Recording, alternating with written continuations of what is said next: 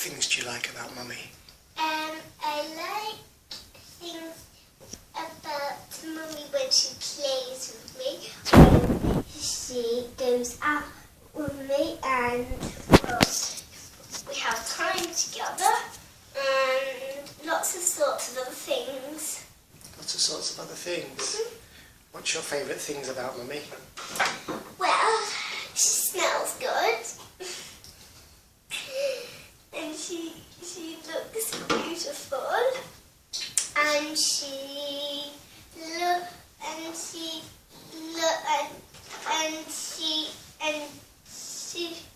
keeps on saying wow, you look so pretty. And I say thank you back to her. To tell Mummy you love her. I love you, baby. A bit louder. I love you, Mummy. And do you want to say happy birthday, Mummy, really loud? Happy birthday, Mummy! Want a big kiss and cuddle? And do a very quick dance. Stand a bit further away, sweetie.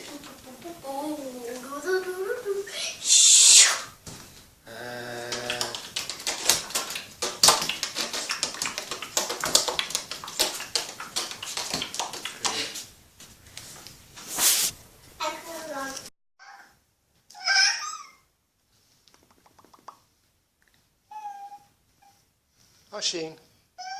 Oshin. Ababa. Ababa.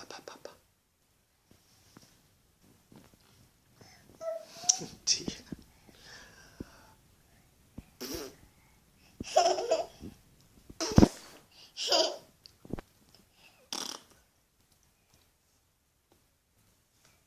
People.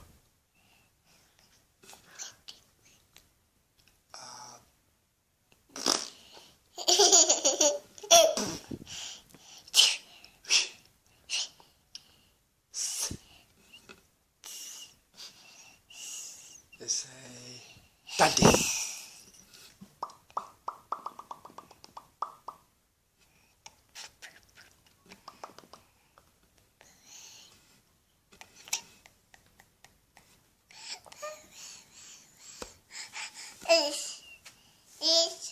Yes.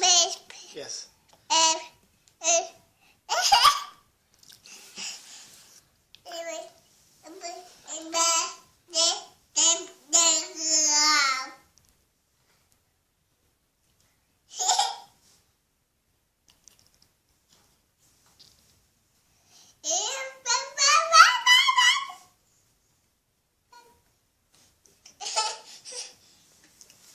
Happy birthday, Chris. Sorry I can't be there, but I hope you have a wonderful day. Happy birthday, Chris. It's a big one. Hope you have a great day, great party. God, I can't believe it's 10 years since the last time we were calling over for a big birthday. Lots changed since then. 2 kids, Anya and Oshin, married to Mark, big Man United fan.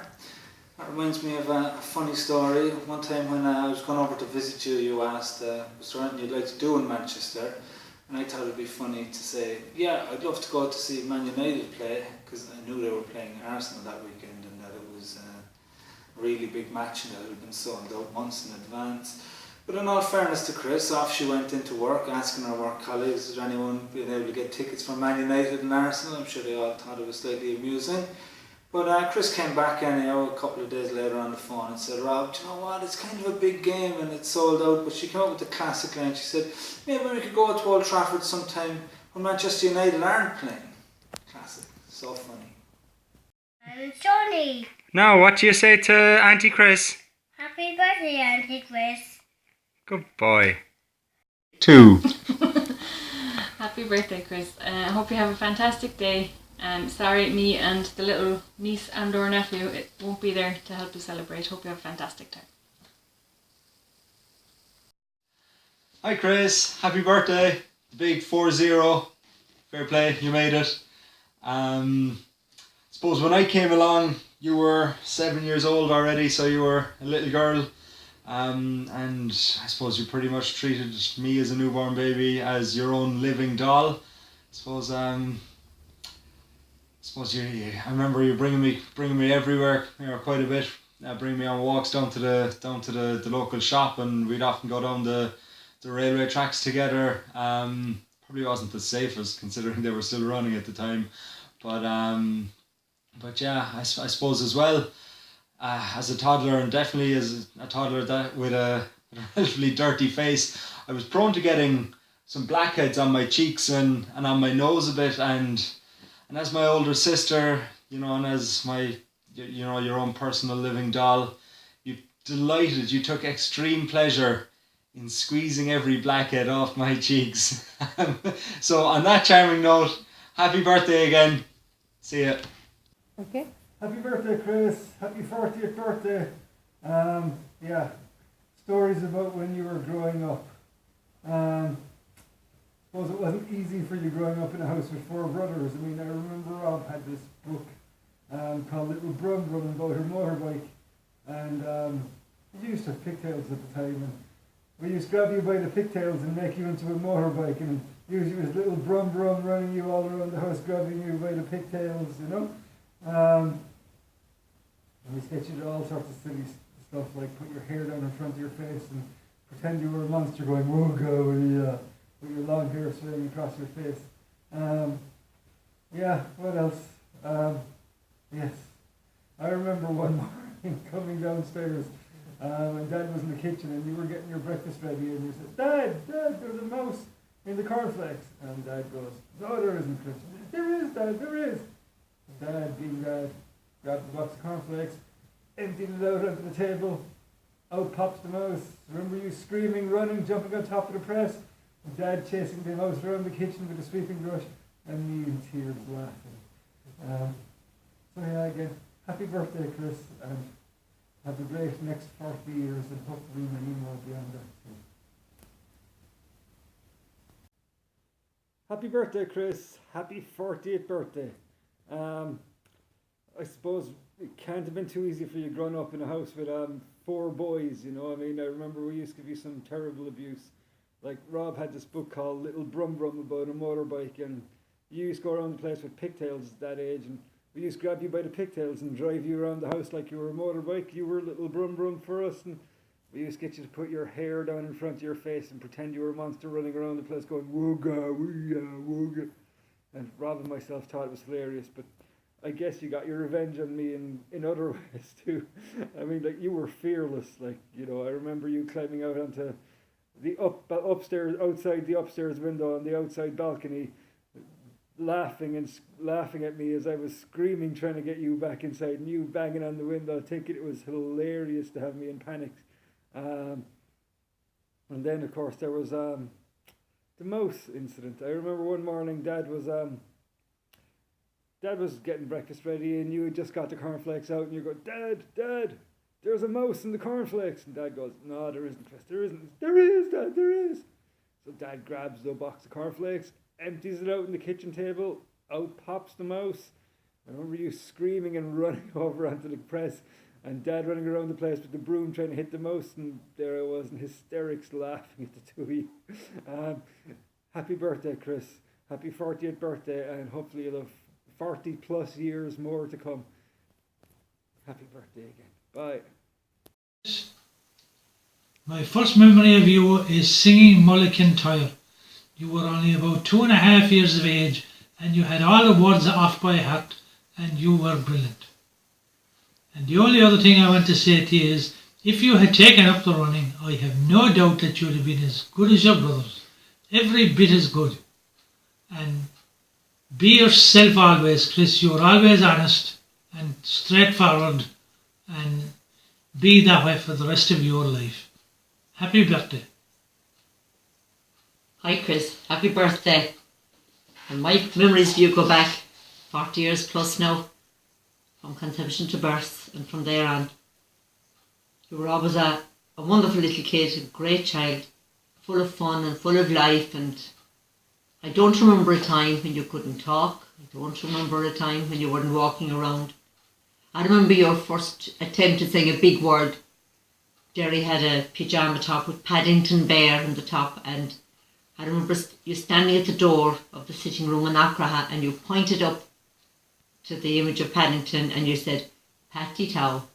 That was your first attempt at a big word, and you were just about gone a year, I'd say.